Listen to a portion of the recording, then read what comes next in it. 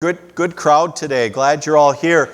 So I mentioned we're finishing a series today that has gone on for about 3 months. It's been on spiritual disciplines. It's been titled Steps to Spiritual Growth. Got to tell you, whenever I finish a series like this, I can't help but wonder if it's made any kind of difference in anybody's life.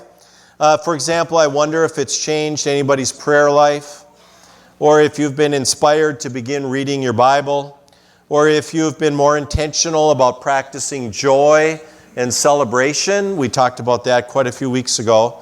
Are you trying to be more spiritually aware of God's presence as you go through your daily life? I'm reminded that the measure of whether or not we are growing spiritually is whether we look and act more like Jesus today than we did before. I'd like to say that the growth I see in many of you in this church is truly inspiring to me. We don't often see spiritual growth in ourselves unless we're really attentive to it. It's kind of like when we're growing up and somebody says to us or asks us, "Have you been growing?" And we say, "Well, I don't know." And then we measure and we realize we've grown like 4 inches, in a short span of time. I see a lot of growth in a lot of people, and it's truly inspiring to me. We have learned that growth is God's business and God's work. We simply put ourselves in a place where God is able to grow us. Before today, we've been talking about things that we can do, actions that we can take in our daily lives that will put us in a place where God can use them to grow our faith. Today we're going to talk not so much about an action that you and I can take, but rather something that you and I go through. Some of you are going through it right now. Something that we go through, and we're going to talk about how God can and will use it to shape us spiritually, and through it we'll build our character. And so today we're going to talk about endurance in suffering. Say endurance in suffering. So I have a joke. It's an old joke. You've maybe heard it before. Here we go. A woman accompanied her husband to the doctor's office. After his checkup, the doctor called the wife into his office alone, and he said, "Your husband is suffering from a very severe stress disorder. If you don't follow my instructions carefully, your husband is surely going to die." He said, "Each morning I want you to fix your husband a healthy breakfast. Be pleasant at all times. For lunch, make him a nutritious meal. For dinner, prepare an especially nice meal for him. Don't burden him with chores. Don't discuss your problems with him. It will only make his stress worse. Do not nag him above all else. After dinner every evening, I want you to draw him a bath, wash his back, and every evening be as romantic as possible. If you can do this for the next 10 months to a year, I think your husband will have his health completely restored." On the way home, the husband asked his wife, "What did the doctor say?" She replied, "He said you're going to die."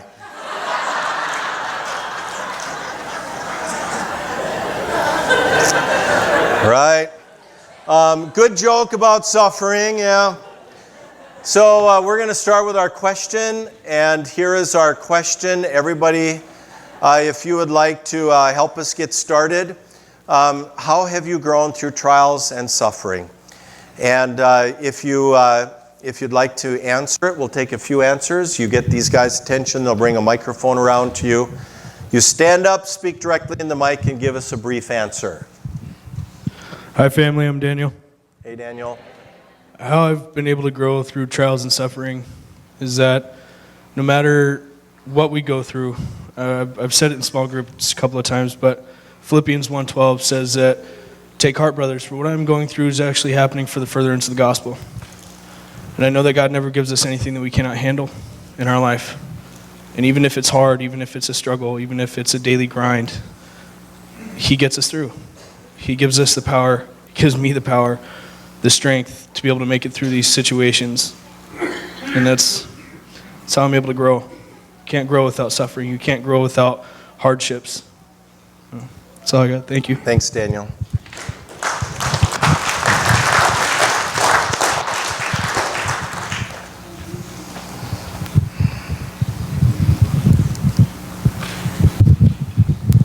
Hi, everybody. I'm Julie. I'm glad to be back. Hi, Julie. How I've grown through suffering. I'm right now. I'm at Prairie. I've never been better. I love it there with all of my heart. But I was looking to be homeless when I got out with nowhere to go. I have recently managed to pull myself out of a very nasty and abusive relationship, and I finally went and asked for help. And now, rape and abuse has been wonderful enough to put me on the emergency voucher list for housing so that I will have somewhere to go when I get out. And I wouldn't have been able to do that without my Prairie family and without my church family. And I want to thank all of you so much for standing by me over these years and not giving up on me every time that I went back. Thank you.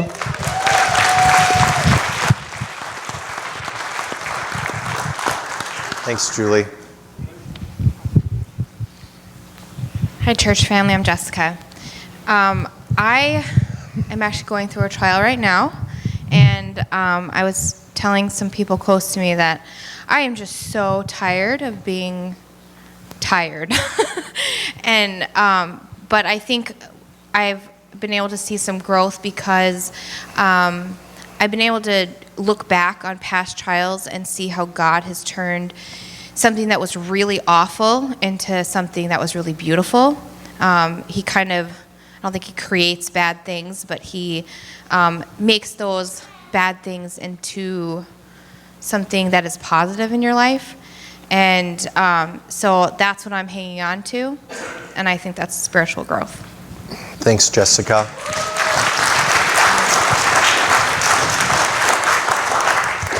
My name is Frank, and I've grown through trials and suffering. How have I grown through trials and suffering? These last 5 years, I've never been as deep in despair in my life as I have been in the last 5 years. Since I've been up here in Fargo, and since I've been in my church community here, I've totally did I don't know what you call it, 360 or 180, whatever it may be, from the person I used to be, and I'm happy that I've met these people. Thanks, Frank. Hi, my name's Jade. I think I've grown through trials and suffering because I think, every teenager goes through something horrible. And I think losing my uncle and losing my ex-stepdad and losing so many people in my life, it's made me grow stronger and made me deal with more things than I ever thought possible. And honestly, I thank God for that because I don't think I could have gone through it without faith. Thanks, Jade. All right. I think we'll do 2 more, and then we will wrap up. So go ahead. My name's Destiny. Hi, Destiny. How I've grown through trials and suffering, I had to go through another relapse. And it was one of the worst relapses I've ever had to deal with, but I had to keep going with my higher power. And I just had to keep holding on to hope, because if it wasn't for that, I wouldn't have got through it. Thanks, Destiny. All right, we're going to do 1 more, and then we're going to wrap up. Sorry that we could probably do this all day. Go ahead. Hi, my name is Christy. Hi. And when I was 22 years old, I had been married for 8 months, and I literally was within 5 feet of my husband drowning. And the first thing I did when I got on the beach was I got on my knees and I said a prayer to God that if he was supposed to die, that he died, that I didn't have to go through the pain and fear of having to put him on a machine. But a long story short, he did pass. And then within a matter of years, my sister's husband died of cancer, and within a matter of years, my mom's husband died of wounds from Vietnam. And since then, I've had many other people, and I would say that because I had to go through that at such a young age, I've been able to help other people through the death and the grieving, and it's really been able to show my faith and that I do believe in an afterlife. And when we lose people close to us, that I know that they're going to heaven and that there's no waiting, and that I recently lost my mom, and thank you to Pastor Dale for doing a wonderful service. But because of this church and because of my faith and because of the trials and tribulations of literally watching my husband drowned, I was able to help other people go through their deaths and their suffering and make it just a little bit easier. Thanks, Christy. All right. Thank you for sharing. Want you to know that we're going to talk about that at 6:30 at Spirituality Recovery, and you'd all be welcome to come back tonight. So I'm 57 years old. That's not the big news I wanted to share, but it is hard to believe, I know. I don't look a day over 37, right? I'm 57 years old, and I still haven't met anybody who loves suffering. That said, almost everyone I know acknowledges that the times in their life when they have grown the most were in times of difficulty or suffering. Certainly it's been true for me. I want to share with you a couple of scripture passages. The first I've shared many times. It actually hangs in our entryway. And to me, it's one of the most profound passages about suffering in all of the Bible. It comes from Romans chapter 5. We're going to read it together. Here we go. We can rejoice too when we run into problems and trials, for we know that they help us develop endurance. And endurance develops strength of character, and character strengthens our confident hope of salvation.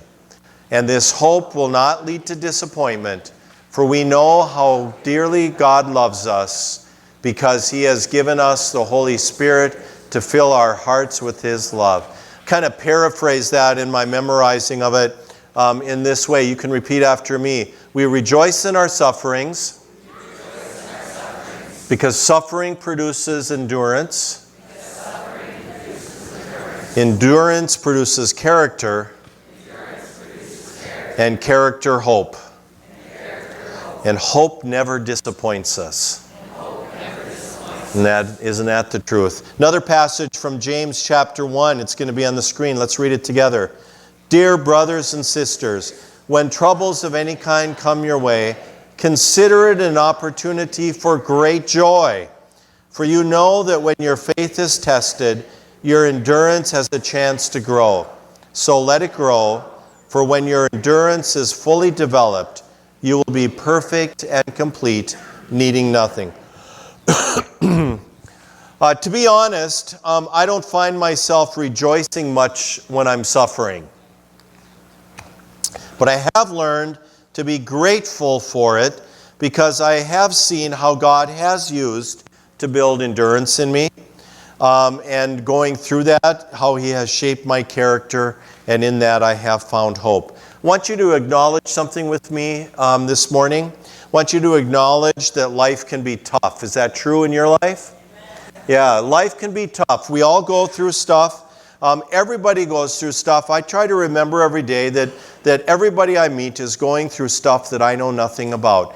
Everybody goes through something, and life can be tough. Now, there are different reasons why we go through difficult times. First one that I want us to acknowledge is this. We have to admit that sometimes, in fact, oftentimes, our difficulties, our pain, and our suffering are of our own making. Turn and tell someone, he's talking about me.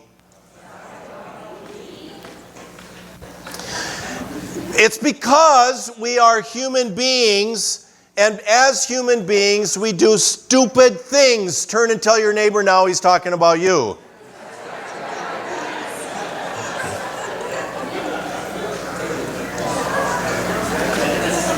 So can we acknowledge it? We all make mistakes, right? We all make bad decisions. There are always consequences to our decisions. So if we've made bad decisions, chances are there are bad consequences. I want you to raise your hand if you've ever had to suffer due to your own mistakes. Almost everybody. And a couple of people in denial. All right.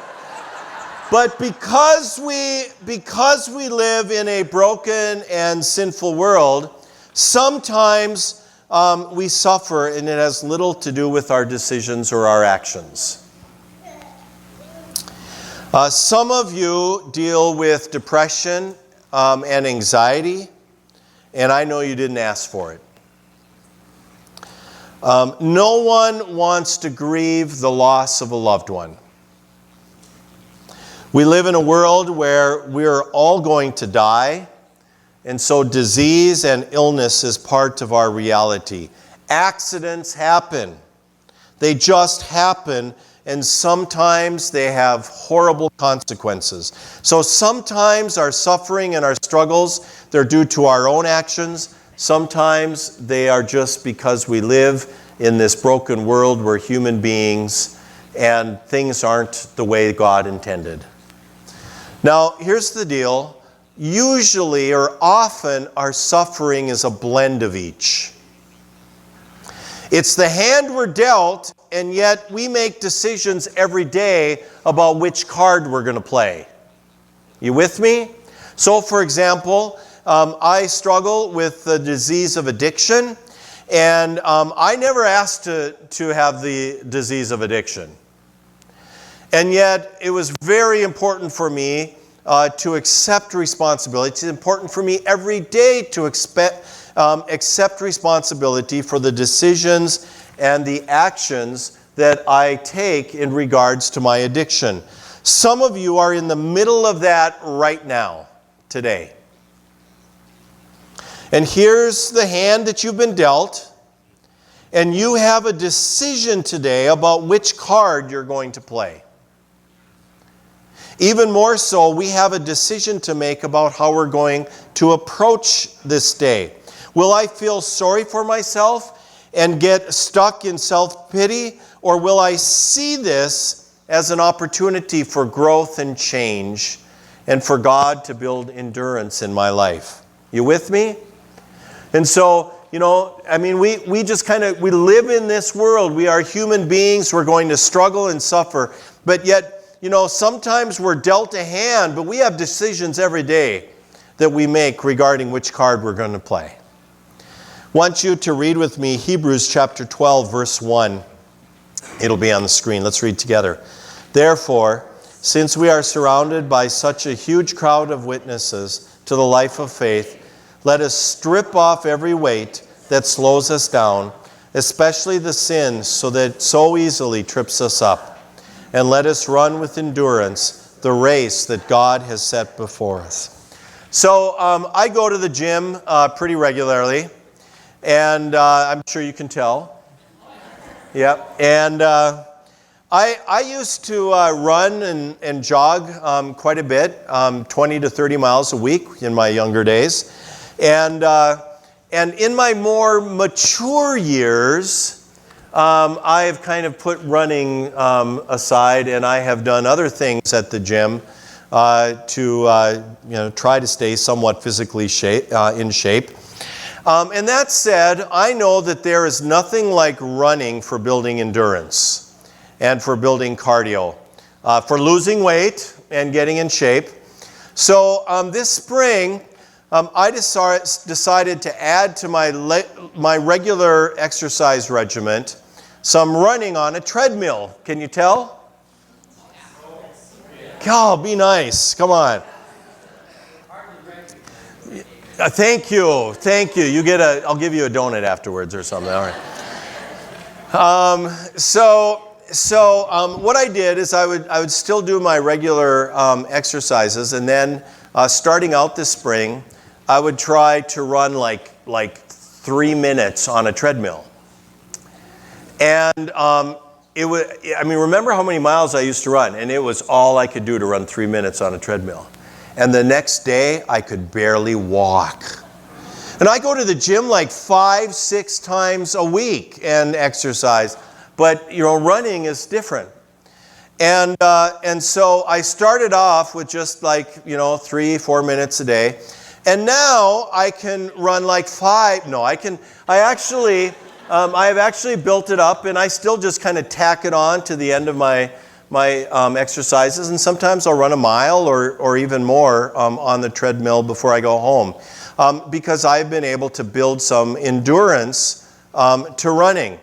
And the question for us this morning is, how do we build endurance in life so that when we go through some suffering or some struggles, that we're going to be prepared for them?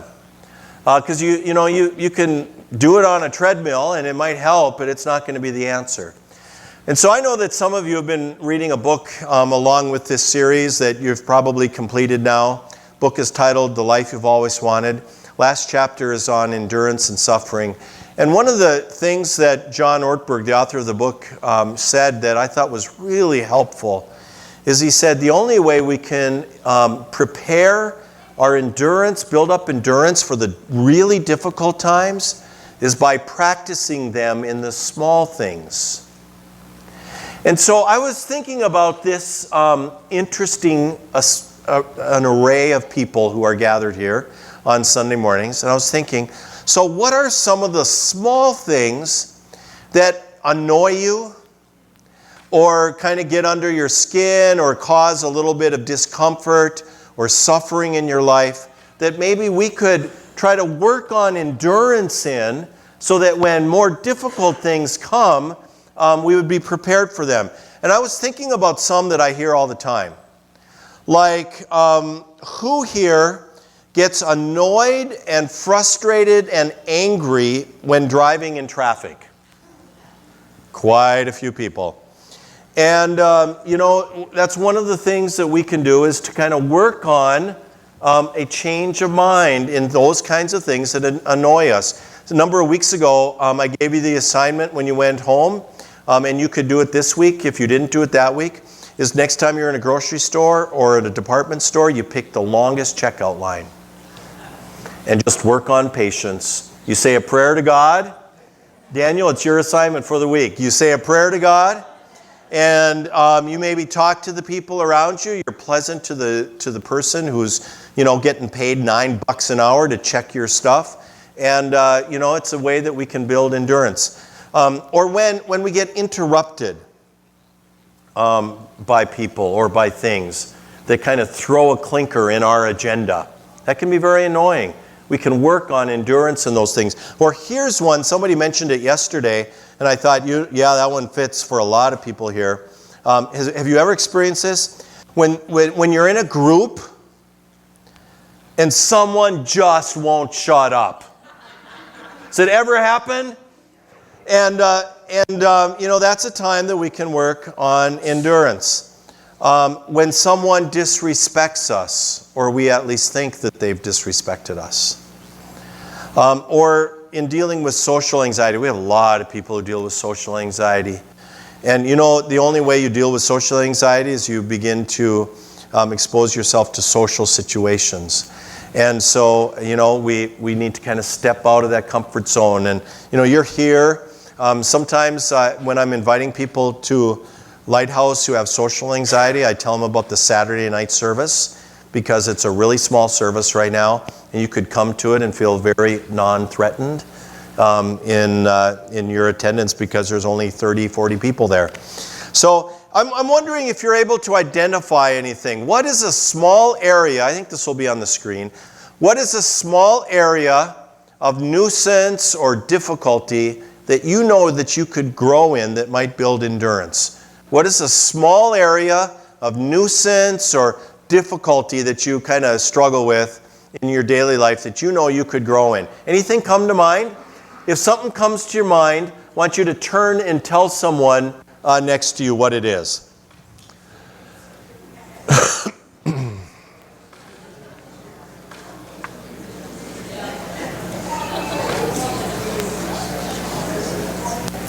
So I've started to realize why some people sit by themselves when they come to church. There's no accountability to that. You've just made yourself accountable to somebody, some of you. We're going to work on those things this week. All right. There is a quote in the book, The Life You've Always Wanted by John Ortberg that I thought was really interesting, and here it is. Follow along as I read it. He says, "The character of faith that allows us to be transformed by suffering and darkness is not doubt-free certainty. Rather, it is tenacious obedience."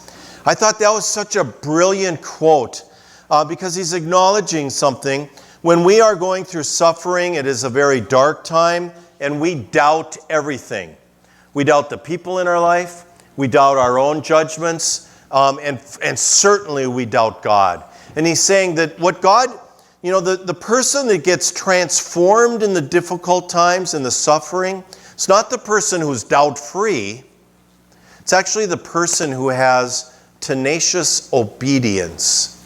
I want to spend the rest of our time together this morning in talking about the reality of suffering that some of you might be currently going through, and some practical things that you and I could do in our daily life, or at least remember in our daily life, that I would hope might be helpful to you today. First of all, I want to say that I know that suffering can be a very difficult time, and it can be very dark. It can be confusing, it can be lonely, and when we are going through suffering, God usually feels very, very far away. Some of you have been praying for the darkness and the pain to lift, for the suffering to end, either for yourself or for a loved one, or perhaps both. I was thinking a little bit this week about what was the darkest period of my life. It was a little over 6 years ago when I was really struggling seriously with an addiction to alcohol. And I was struggling with depression. I was burnt out professionally, personally, and spiritually, and my life was a mess. I had been asked to resign a pastoral position at my former church a little over 6 years ago. And it was a time when I felt like almost everything in my life was being lost. Everybody ever feel that way? Like everything was lost. And for me, my issues and struggles were so intertwined with what I do for a living that I was certain that I was done with the ministry at that point. In fact, I had no interest in trying to figure that out. I had no interest in going to church either. I just was ready to be kind of done with that chapter of my life. And God seemed very, very, very far away. Now, I do believe, even then, I knew that God had planted himself in my heart, and he wasn't going to give up, but I didn't feel it. I just didn't experience it in any way. So I started to do some things. I went to treatment for the second time in a pretty short span of time. I started going to counseling to deal with some of the other things in my life. And then I started to attend meetings of Alcoholics Anonymous on a daily basis. And that changed my life in a lot of ways. When I started to attend recovery meetings and really focus on that, one of the first things I learned that really took me back was I learned that I had a spiritual problem. I thought, who are you telling has a spiritual problem? I've been a Christian my whole life. I've been a pastor. I've been trying to help other people my whole life. Who has a spiritual problem? They said, you have a spiritual problem, and there's a spiritual solution. And deep down, that brought me some comfort, even though I really didn't want to talk about spirituality at the time. I also started then to think about, if somebody had come to me and said that they were spiritually dead, what would have I told them over the years? And I realized I would have told them to go through the motions. And so I decided to tell myself that, and I started to go through the motions. And I started to read my Bible a little bit every day. Got nothing out of it, but I did it anyway. I started to pray. They were some of the saddest prayers of my entire life. I mean, they were just awful prayers. I journaled some of them. I wrote them down. And they were kind of, wallowed in self-pity and just, despair. But I prayed and I meditated, didn't feel God's presence, but I kept doing it. And eventually, because I knew my wife needed to go to church, eventually I decided to go back to church. And we started going to church in a local church here in our community. And here's what I wanted you to hear out of that. Didn't happen quickly, and it didn't happen in a big way, but eventually a little glimmer of light started to shine in my darkness. And it got a little bit bigger over the next months and a couple of years. And so if you are trapped in a dark place right now, I just want you to know that God will shine light into your darkness if you are open to Him. So what I want to do in the next few minutes, I'm going to try to do this quickly. So I want to share with you 5 things that I've learned that I suspect will speak to somebody this morning. So if you can hang there with me just for a few more minutes, I hope these things are as important to you as they've been to me, especially if you're struggling right now. Here's the first thing that I've learned. God was not as distant as I thought. God was not as far away as I thought. Now, I want to be clear. He may have backed away from me a little bit. I probably would have if I was Him. I might have pushed Him away a little bit. I had certainly turned my back on Him. But I've learned that God was not nearly as far away. He was not as distant as I thought He was. And He never gave up on me. And so I want to make it clear to you this morning that even if God feels far, far away from you right now, God will never, ever give up on you. He will never give up on you. And He is closer than you think. He loves you, and He is here this morning with open arms, ready to welcome you in. Want you to know, I say this all the time, that there is nothing you can do that's going to make God love you any more today than He did yesterday. Nothing you can do today that's going to make Him love you more tomorrow. God is close to you, even especially in the suffering. Number 2, I learned that God uses people to bring healing and recovery.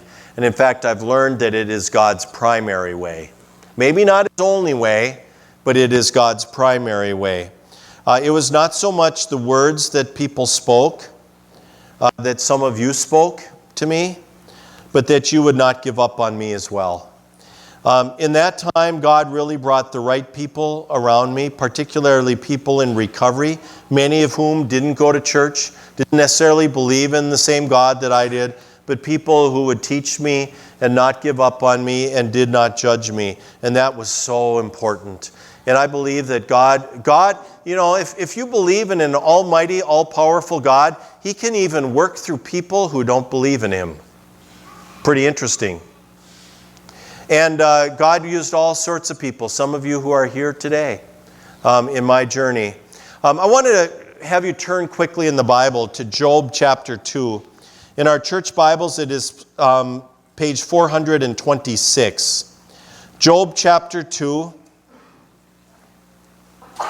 Job chapter 2, page 426 in our church Bibles.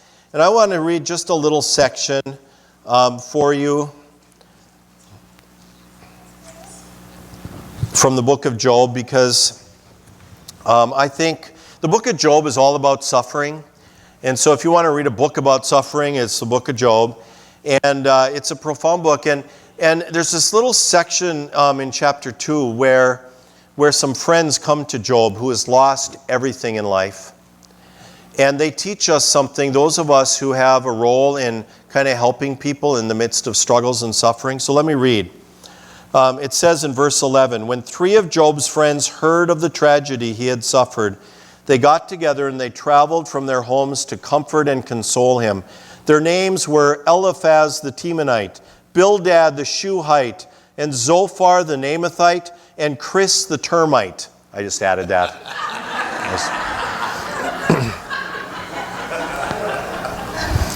When they saw Job from a distance, they scarcely recognized him. Wailing loudly, they tore their robes and threw dust into the air over their heads to show their grief. Then they sat on the ground with him for 7 days and nights. No one said a word. You should underline that in your own Bible. No one said a word to Job, for they saw that his suffering was too great for words. Isn't that interesting? Nobody said a word because his suffering was too great for words. Here's what happens when somebody in our life is suffering or struggling. We want to say the magic words to take it away, right? Usually there are no magic words to take it away. and we just be with people. They sat with him for 7 days and 7 nights not saying anything. That's a true friend. Now, if you know the book of Job, before this moment, he was by himself. These friends come, and those friends were at their best those 7 days and 7 nights. The rest of the book is about them opening up their mouths, and everything goes to heck after that. And so oftentimes it's not our words that convey what needs to be conveyed to somebody in difficulty. It's our presence. All right, third thing that I learned. Sometimes you just got to go through it. So you've noticed I've had a couple of coughs this morning. About 2.5 weeks ago, I started to come down with something, some sort of a bug. My son-in-law over here got it. Sorry. My 2 grandkids got it. Started with a fever, some drainage, kind of a cough thing. Still getting over it. And I was thinking this week about 2.5 weeks ago, I remember waking up on a Wednesday morning, and my first thought that went through my head was this: oh, I can tell I'm getting sick. I hate that feeling. Do you know that feeling? Like you just know what's coming. And I started, here's what I do, the same thing you probably do. Okay, what can I do to avoid this getting sick? And I've tried them all, so you don't have to come up and tell me afterwards. Here's what I do. I've tried all of them, oftentimes when you're getting sick and you get a bug, you just got to go through it. And oftentimes in our difficulties and in our struggles, we just got to go through it. Here's the problem. We hate pain. We hate difficulties. We always want to take it away. We want it to stop. We want a pill to fix everything. But sometimes you just got to go through it. In fact, sometimes going through it is how God shapes our endurance, our character, and then our hope. How do you go through it? You go through it one day at a time, one moment at a time, putting one foot in front of the other. Are you with me? So if you are in the midst of something right now, you need to go through it in all likelihood. But you don't need to do it alone. You don't need to do it alone. That leads us to the next thing that I wanted to share. I learned this in recovery. Number 4, don't give up or quit before the miracle happens. Don't give up or quit before the miracle happens. Okay, I'm going to share with you an illustration I've shared before. So for some of you, this will be familiar, but it's one of the best illustrations of this that I know of. So I mentioned to you that I used to used to do some jogging. And so I live in South Fargo. I've lived there for a long time. And when I was in my running days, I would leave my house, and I'd always run in the morning, and I would go for a run, and I'd leave my house. I'd run down to 35th Avenue. 35th Avenue in South Fargo. And I would run down 35th Avenue, and I live in South Fargo where there is this bike trail that runs through South Fargo on some old railroad land. You might know where I'm talking about. And so I would get on that bike trail, and I would run north towards the church. My marker's running out here a little bit. I would run north, and I would run until what we in our family came to know as Spiderweb Park. They had this big spiderweb thing that kids would climb on. A lot of them died, and so then they took it out. No, they didn't die. I was kidding. But it was a little big and dangerous, so they took it out. So I'd run to Spiderweb Park. And when you get to Spiderweb Park, there was this little loop. Some of you know what I'm talking about, right? Sarah, Ryan, who lived right down the street from me. And I'd get back to the bike path that would go north and south, and then I would run back. So here's the deal. When I would get back to 35th Avenue, I had run short of 2 miles, going on 2 miles. Every time I got to 35th Avenue, there was something inside of me that said, that was good enough, it's time to go home. Your feet hurt, you're getting older. 2 miles, that's pretty darn good. It's time to go home to where you're comfortable. Time to go back. And see, I was in a stage often then when I was trying to run more. I was trying to get in better shape or keep in shape. So I would often have to put my head down at 35th Avenue, and I would try to run through it. and then I would sometimes run 3.5, 4, 4.5, 5 miles before I would get back home. But it occurs to me that there is probably somebody here today who's in the midst of some struggles or some suffering, and you've maybe been coming through it in a positive way, but today you're at 35th Avenue. And something inside of you is saying, you know, it's time to go back. Time to go home, or time to go back to what you're familiar with. Might be Satan, might be a voice in your own head. You know, we can tell ourselves all sorts of things that we want to hear. But whatever it is, if you're at 35th Avenue today, what I want you to hear from me is don't quit, don't give up before the miracle happens. Because the miracle doesn't really happen at 35th Avenue. And so if you're at that place of kind of wondering, do I keep going? I just want to encourage you today, keep going. Don't give up, don't quit before the miracle happens. It is often in the most difficult struggles that God is working the hardest. So don't give up before the miracle. Psalm 30 verse 5 says, weeping or mourning may last for a night, but joy comes in the morning. Nehemiah 8 chapter 8 verse 10, we're going to sing it in our closing song today. The joy of the Lord is my strength. Fifth thing, last thing, sometimes the cross we bear may be ours our whole life on earth, but God will redeem it. Now that's kind of one of the hardest things that I have to share, because sometimes the thing that you're carrying and going through, it may last the rest of your life. If you struggle with an addiction, chances are you're going to deal with it one way or the other the rest of your life. If you're in grief, you may carry that the rest of your life. Mental illness.